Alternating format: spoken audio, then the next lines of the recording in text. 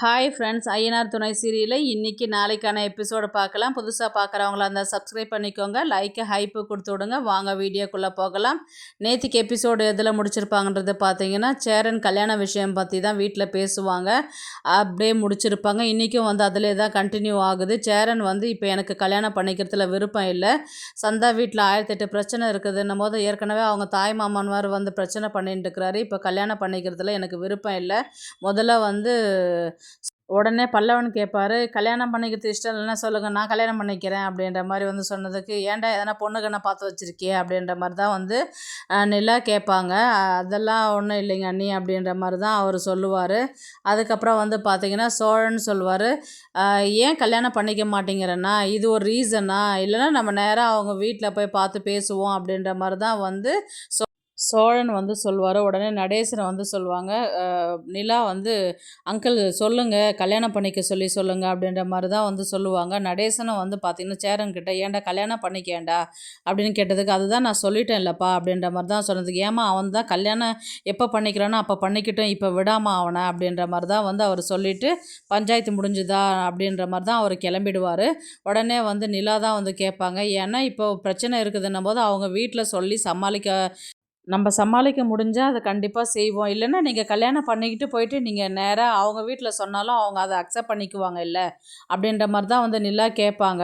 ஆமாம்ப்பா, இருந்தாலும் நாளைக்கு அவங்க வீட்டில் பிரச்சனை வந்தால் அப்புறம் எப்படிப்பா நிம்மதியாக வாழறது அப்படின்ற மாதிரி தான் சேரன் சொல்லுவாங்க. உடனே நிலா என்ன சொல்லுவாங்கன்னா, ஏன் இப்படி கல்யாணம் பண்ணிக்கிறதுக்கு எல்லாருமே பயப்படுறீங்க அப்படின்ற மாதிரி தான் நிலா கேட்பாங்க. உடனே சேரன் என்ன சொல்லுவார்னா, பாண்டியன் வேணால் கல்யாணம் பண்ணிக்கிட்டப்பா, எனக்கு ஒன்றும் பிரச்சனை கிடையாது. முதல்ல தம்பிங்களுக்கெல்லாம் கல்யாணம் பண்ணிக்கிட்டா அண்ணனுக்கு பொண்ணு கிடைக்காதுன்றதுனால பிரச்சனையாக இருந்தது. இப்போ தான் எனக்கு சந்தா இருக்குது இல்லையா, நான் கல்யாணம் பண்ணிக்கிறதுல எனக்கு எந்த ஒரு பிரச்சனையும் கிடையாது. இருந்தாலும் அவங்க வீட்டில் கொஞ்சம் பிரச்சனையாக இருக்கிறதுனால தான் இப்போ நான் அது வேண்டாம், கொஞ்ச நாள் தள்ளி போடலாம் அப்படின்ற மாதிரி தான் சொல்கிறேன்.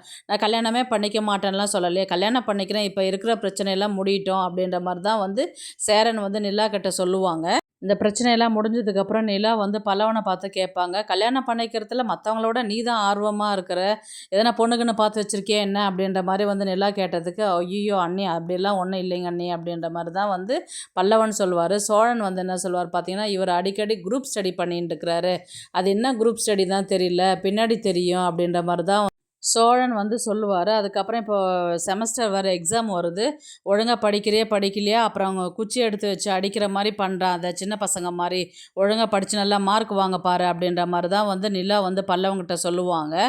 சரிங்க அண்ணி அப்படின்ற மாதிரி தான் அவர் சொல்லிட்டு அங்கேருந்து கிளம்புவார். அடுத்தது சோழனும் நிலாவும் தான் ஒரு ஆஃபீஸ்க்கு இன்டர்வியூ போவாங்க. இன்டர்வியூவில் அவங்க கிடைக்காதுன்றதுனால நோ வேக்கன்சி அப்படின்ற மாதிரி சொல்லுவாங்க. இவங்க ஃப்ரெஷர்ஸ் அப்படின்ற மாதிரி தான் போயிட்டு ஜாயின் பண்ணுறதுக்கு போவாங்க. அங்கே வேலை இல்லைன்னு சொல்லிட்டு ரொம்ப கடுப்பாக வருவாங்க. இவர் சோழன் தான் இருப்பார், சாக்லேட் வாங்கி வச்சுட்டு உக்காண்டிருப்பார். என்னங்க இன்டர்வியூவில் பாஸ் ஆகிட்டிங்களா அப்படின்ற மாதிரி கேட்டதுக்கு, அதெல்லாம் ஒன்றும் இல்லைங்க, எல்லா இடத்துலையுமே எக்ஸ்பீரியன்ஸ் சர்டிஃபிகேட் தான் கேட்குறாங்க, எக்ஸ்பீரியன்ஸ் சர்டிஃபிகேட்டே இல்லை, ஃப்ரெஷர்ஸ் தான் சொல்லி ஜாயின் பண்ணுறதா இருக்குது, அப்படியே ஜாயின் பண்ணாலும் ஏன் இத்தனை நாளாக கேப் விட்ருக்குறீங்க அப்படின்ற மாதிரியும் கேட்குறாங்க. ஏங்க நீங்கள் தான் கோல்டு மெடல்லாம் வாங்கியிருக்கிறேன் இல்லையா, அதை காமிக்கலாமா இல்லை, அதெல்லாம் செல்லுபடி ஆகலைங்க, அதெல்லாம் பார்க்கவே மாட்டேங்கிறாங்க அப்படின்ற மாதிரி தான் ரொம்ப கடுப்பில் உட்காந்துருப்பாங்க. அதுக்கப்புறம் சாக்லேட் எடுத்து கொடுப்பாரு சோழன். அப்போ நான் இன்டர்வியூவில் பாஸ் ஆகக்கூடாதுன்றதுனால சாக்லேட் வாங்கி வச்சுருங்களா அப்படின்ற மாதிரி தான் நிலா கேட்பாங்க. உடனே இல்லைங்க, நீங்கள் ஜெயிச்சிங்கன்னா கொடுக்கலான்னு தான் பார்த்தேன், சரி உம்முன்னு இருக்கிறீங்களே அதனால் சாக்லேட் கொடுத்து விட்டேன் அப்படின்ற மாதிரி தான் சோழன் சொல்லுவார். உடனே திவ்யா கால் பண்ணுவாங்க, நான் அவங்ககிட்ட கொஞ்சம் பேசணுமே, வர முடியுமா அப்படின்ற மாதிரி கேட்டதுக்கு, இவங்க நிலா சோழன்கிட்ட சொல்லுவாங்க, லொக்கேஷன் அனுப்ப சொல்லுங்கள், நம்ம போகலாம் அப்படின்ற மாதிரி சொல்லுவாங்க. போயிட்டு அங்கே பேசும்போது பார்த்தீங்கன்னா, இந்த மாதிரி இன்டர்வியூக்கு போயிட்டு என்ன ஆச்சு அப்படின்ற மாதிரி வேலை இல்லை அப்படின்னு சொல்லிட்டு சொன்னாங்கன்னா, சரி நாங்கள் தான் ஆல்ரெடி 4-5 ஃப்ரெண்ட்ஸுங்கெலாம் சேர்ந்து கம்பெனி ஸ்டார்ட் பண்ணுறேன்னு சொல்லிட்டு சொன்னோம் இல்லையா, நீ வேணால் ஜாயின் பண்ணிக்கிறியா, உனக்கு டேலண்ட் இருக்குது, நிறைய ப்ராஜெக்ட் பண்ணுற அளவுக்கு ஐடியாலாம் உங்கள்கிட்ட நிறையாவே இருக்குது இல்லையா, நீ வேணால் ஜாயின் பண்ணிக்கிறியா அப்படின்ற மாதிரி கேட்டதுக்கு, நிலா என்ன சொல்லுவாங்கன்னா, இதுக்கு ஷேரிங் தேவைப்படுமே அப்படின்ற மாதிரி கேட்டதுக்கு, ஆமாம் 15 to 20 lakhs வந்து தேவைப்படுது, ஆளுக்கு 5 லட்சம் கொடுத்து விட்டாக்கா சரியாக இருக்கும் அப்படின்ற மாதிரி தான் வந்து திவ்யா சொல்லுவாங்க. அவ்வளோ காசா? என்னால் அவ்வளோ காசுலாம் இப்போதைக்கு என்னால் கொடுக்க முடியாது, நானே வேலை இல்லாத இருக்கிறேன் நான் இப்போ அப்படின்ற மாதிரி தான் வந்து நிலா வந்து சொல்லுவாங்க. உடனே வந்து சோழனும் அந்த விஷயத்த கேட்பாங்க, அமைதியாக அங்கேருந்து கிளம்பி வந்துடுவாங்க. அப்புறம் காரில் பேசிக்கிட்டு வருவாங்க. என்னங்க இப்போ இவ்வளோ பேசுனதில் நானும் தான் கேட்டேன், இப்போ நீங்கள் என்ன பண்ணலான் இருக்கிறீங்க, என்ன ஐடியா இருக்குது அப்படின்ற மாதிரி கேட்டதுக்கு உடனே அங்கே என்னால் 5 லட்சம் கொடுக்க முடியாது, நான் வந்து ஜாயின் பண்ண முடியாதுன்னு சொன்னால் அவங்க கொஞ்சம் டிஸப்பாயின்மெண்ட் ஆகிடுவாங்க. அதனால் நான் எதுவும் சொல்லலை. இன்னொரு நாளைக்கு எப்படியும் திவ்யா கண்டிப்பாக கால் பண்ணுவா, அப்போ என்னால் பண்ண முடியாது, அவ்வளோ காசு ரெடி பண்ண முடியாதுன்னு அப்போ சொன்னால் அப்போ ஏற்றுக்குவாங்க. அதை விடுங்க, நான் வேறு வேலைக்கே எங்கன்னா 4-5 கம்பெனி ஏறி இறங்குனா கண்டிப்பாக ஒரு இடத்துல வேலை கிடைக்கும் அப்படின்ற மாதிரி தான் வந்து நிலா வந்து இவங்க சோழன்கிட்ட சொல்லுவாங்க. அதே காரில் வந்து பார்த்திங்கன்னா நிலா வந்து சாப்பிட போகலான்னு சொல்லிட்டு இவர் சோழன் சொல்லுவார் இல்லைங்களா, டைம் ஆகிடுச்சு அப்படின்னும் போது ஃபஸ்ட்டு நிலா இறங்கி ஹோட்டல் உள்ளார போகிற மாதிரி இருக்கும். அப்படியே இன்றைக்கான எபிசோடை முடிப்பாங்க. நாளைக்கு வந்து பார்த்தீங்கன்னா ஆல்ரெடி பல்லவன் வந்து அவன் ஃப்ரெண்டு மூலயமா வந்து கீ வாங்கிட்டு லாட்ஜுக்கு போவான் இல்லைங்களா.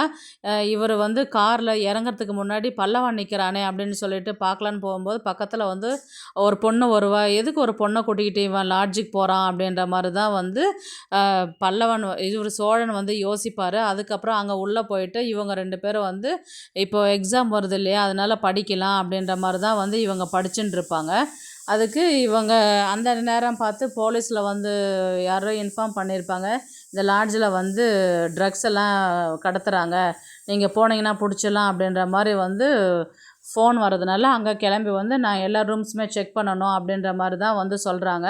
அந்த நேரம் பார்த்து வந்து பார்த்திங்கன்னா பல்லவனும் கேர்ள் ஃப்ரெண்டும் ரூமில் உட்காந்து பேசின்னு இருக்கிறத வந்து இவங்க போலீஸ் வந்து பிடிச்சிட்டு போகிறாங்க. பிடிச்சிட்டு போகும்போது வந்து பார்த்திங்கன்னா பல்லவன் வந்து சோழன் வந்து பார்த்துறாரு. உடனே பல்லவன் வந்து சோழன்கிட்ட தான் பேசுகிறார், ஆனால் நான் எதுவும் பண்ணலைன்னா அமைதியாக உட்காந்து படிச்சுட்டு தான் இருக்கிறேன் நான் அப்படின்னு என்னை காப்பாற்றினா அப்படின்ற மாதிரி தான் வந்து பல்லவன் வந்து சோழன்கிட்ட சொல்கிறாரு.